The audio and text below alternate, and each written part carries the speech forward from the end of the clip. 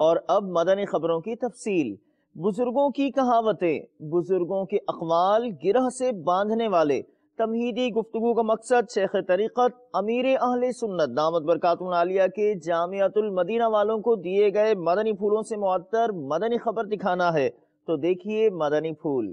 سرکار نامدار صلی اللہ تعالی علیہ وآلہ وسلم کی وہ حدیث پاک جو مسند امام اعظم ہے، وہ انشاءاللہ پڑھ کر سناؤں گا۔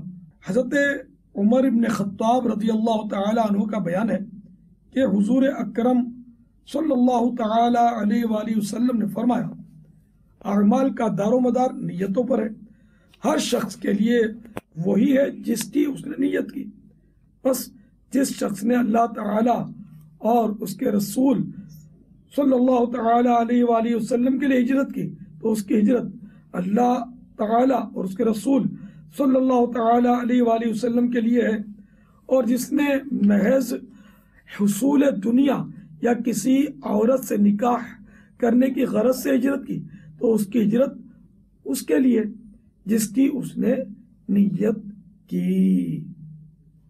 صلو علی الحبیب صلی اللہ تعالی علی محمد۔ میٹھے میٹھے طلبہ کرام، یہ حدیث پاک مسند امام اعظم کے ساتھ ساتھ دیگر کئی کتب احادیث مثلا بخاری شریف، مسلم شریف، سنن ابو داود، جامع ترمذی، سنن نسائی، سنن ابن ماجہ، صحیح ابن خزیمہ اور سنن بیہقی شریف میں بھی نقل کی گئی ہے۔